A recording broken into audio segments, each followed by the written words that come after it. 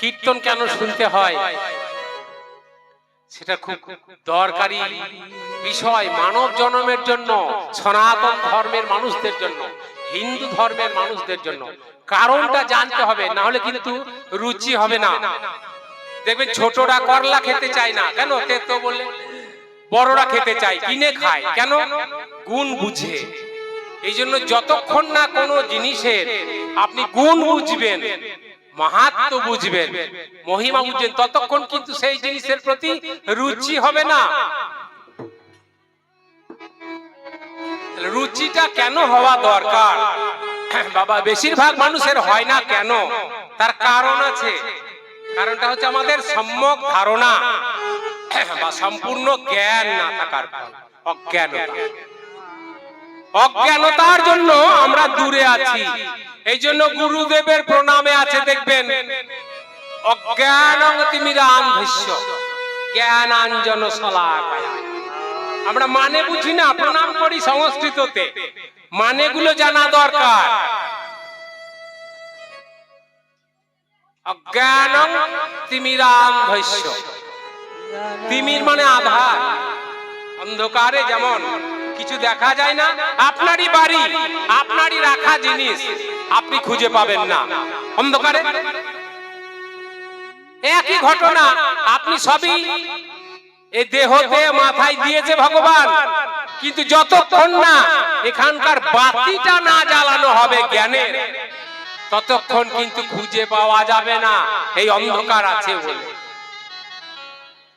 এই জন্য এই অন্ধকারটাকে কিভাবে দূরীভূত করতে হয় তা জানা দরকার। বাতি মানে আগুন, আলো, তার সন্ধান যে জানে তার কাছে গিয়ে জানতে হবে, তাহলে আমি খুঁজে পাবো আমার ঘরে কি আছে। তাহলে আমারই রাখা জিনিস আমারই ঘরে, আমার পিতৃপুরুষ দান করে গিয়েছে, রেখে গিয়েছে সম্পত্তি, টাকা পয়সা, ধন দৌলত, মুদ্রা, স্বর্ণ মুদ্রা, চাঁদির মুদ্রা, যে কোন রকমের মূল্যবান সম্পদ আপনার বাড়িতে আপনার পিতৃপুরুষ পরম্পরা রাখা আছে। কিন্তু আপনি যদি না জানেন বা ঘর যদি অন্ধকার হয়, আপনি কিন্তু খুঁজে পাবেন না।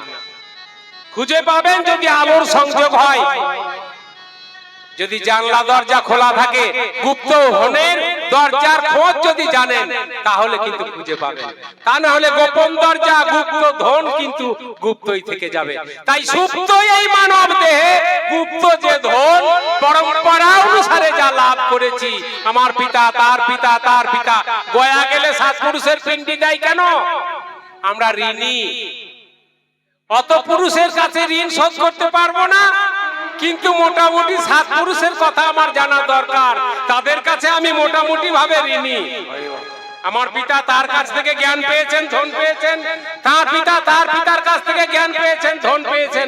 অন্তত সাত পুরুষের কাছে ঋণ স্মরণ করা দরকার। এই জন্য এই যে দেহ, এটা পিতার দান, তার পিতার দান, রেখে যাওয়া ঐশ্বর্যে তার পিতার দান, রেখে যাওয়া পরম্পরা ঐশ্বর্যে আমরা লালিত হই। মাতার দ্বারা, পিতৃপুরুষের ধনের দ্বারা বড় হয় এই দেহ, পুষ্টি লাভ করে। তার জন্য তাদের রেখে দেওয়া ধন, তেমনি এই গুপ্ত ধন রয়েছে এখানে, এটা পেতে গেলে বাতি জ্বালানো দরকার জ্ঞানের। এই জন্য জ্ঞানং তিমিরান্ধস্য জ্ঞানাঞ্জন শলাকায়া। তাহলে সেই অজ্ঞান রূপী অন্ধকার, এই জন্য অন্ধকারকে অজ্ঞানতার সঙ্গে তুলনা করেছে আমাদের ঋষিরা। অজ্ঞান কি? অন্ধকার। জ্ঞান কি? আলো। তাহলে এই জন্য কীর্তন শুনেছেন, এই যে ভক্তরা আয়োজন করেছেন, তাদেরকে ধন্যবাদ।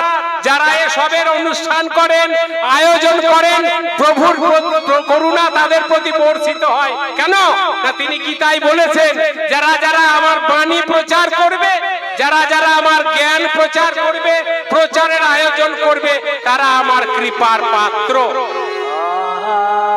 যে কেউ কৃপা পায় না এমনি পাবে না, পড়ে আছে, কিন্তু তা নিজে ভোগ করলে যেমন স্বার্থপর হয়, অপরকে দান করলে উদার হয় বা দানী হয়, তেমনি এনারা নিজেদের জন্য করেছেন, শোনার জন্য আরো 5 জনের ব্যবস্থা করেছেন। এটা ভগবানের ধন দান করার জন্য। একমাত্র একই জিনিস যা দান করলে বাড়ে, তার নাম ধন, তাই না? চাণক্য পণ্ডিত বলেছে বিদ্যারত্নম মহাধনম। মহাধন কেন বিদ্যা, জ্ঞান কেন মহাধন? এ ধন দান করলে বাড়ে, অন্য ধন কমে যায়, আরে জ্ঞান ধন দান করলে বাড়ে। এজন্য মাস্টাররা পড়ায়, হ্যাঁ, গুরুদেবরা দান করে। বিদ্যারত্ন মহাধনম। মহাধন কেন না, যে কোনো ধন কমে যায় দান করলে, আর এই ধনটা আবার বাড়ে। জ্ঞানের চর্চা করলে জ্ঞান বাড়ে না? এজন্য চর্চা করতে বলে, এজন্য দান করেছে। দানের আয়োজন যারা করেছে ভগবান তাদের প্রতি করুণা করে। তাই বলছে সেই অজ্ঞান অন্ধকার দূর করো, জ্ঞানের বাতি জ্বালো, তাহলে জানা যাবে। তাই বৃন্দাবন কি অপ্রাকৃত ধাম। স্মরণ রাখবেন, অন্য কোন জায়গার সঙ্গে, তীর্থের সঙ্গে বৃন্দাবনকে এক করে দেওয়া যাবে না, ওটা ধাম। এইরকম আরো যেগুলো ভগবান লীলা করেছেন তাকে ধাম বলা। সে মাটি এ মাটির সঙ্গে নয়। যদিও ভৌম জগৎ, ভৌম মানে ভূমি থেকে উৎপন্ন, ভূমিতে নিবাস, তাকে ভৌম বলে।